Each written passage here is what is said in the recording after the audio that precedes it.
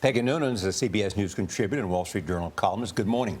Good morning, guys. That's good news in the Trump family. Yes, it is. Yeah, that's very Theodore. sweet. Yes, we like that. Theodore Kushner. That's nice. I saw her in a restaurant on Saturday night. She stopped by and she said, you know, the last time I was in this restaurant, the next day, my other child was born. And I thought, my God, Sunday morning the baby's born. Is it the restaurant or you, Charlie? don't know. Wow. She sees Charlie Rose. No, I think it's a restaurant. I think it's time, actually. Yes, Biology. It's great. Welcome.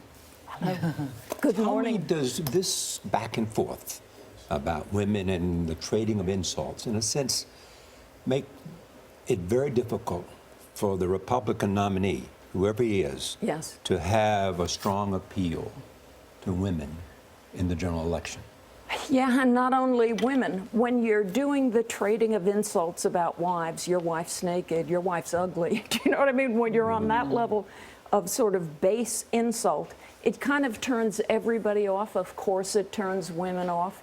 I have a feeling both of those candidates are going to back off this vulgar phase and try to be a little bit more serious in the next few days. And why do you have that in the feeling? next few days until they revert again. But this is what politics looks like at this moment as things come down to a tough race.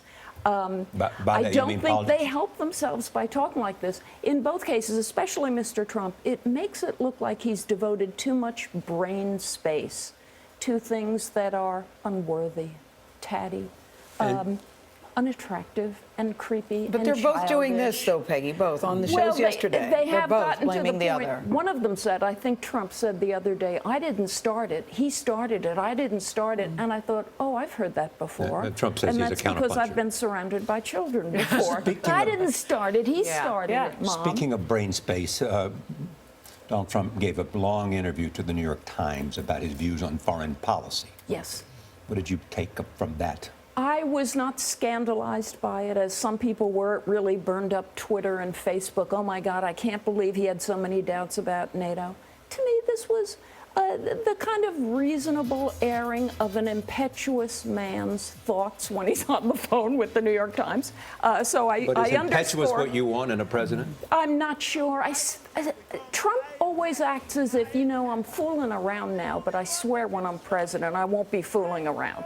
But, and we may live to see if that is true. But the essentials of what he said, certain doubts about the cost of NATO and its applicability to the current terror moment, is it set up right to deal with terrorism? These are not unreasonable questions. You actually want an outsider asking them, and he is the outsider running, and it's kind of his job. And in fact, the to- president asked some questions about our relationship and whether Europe was paying its fair share. Yes, I mean, he made very clear in the Jeffrey Goldberg piece in The Atlantic that he has questions, I think a certain distance he's feeling towards our allies. So, you know, there's a little bit of a mind meld between Obama and Trump on certain issues in a funny way, such as a certain, I can't think of the word, but detachment towards or disapproval of the way things have But been they going. come to it from different places. Oh, they certainly do, don't they? They also, I mean, one of the things, and it stood out in just hearing that soundbite a moment ago, this idea, though, that he's not consulting with advisors. There were already questions about his advisors. Yes. But do we, or does the general population think about that or care about that? What is the impact of that? Well, people like us notice it. I actually think it's a problem. There are a lot of foreign policy big brains on the Republican side who could be very helpful to him. I think they don't join him for two reasons. One is that there's a stigma with joining Trump. You know, he's the vulgarian outsider who's not serious, and it'll hurt your career if you go with him.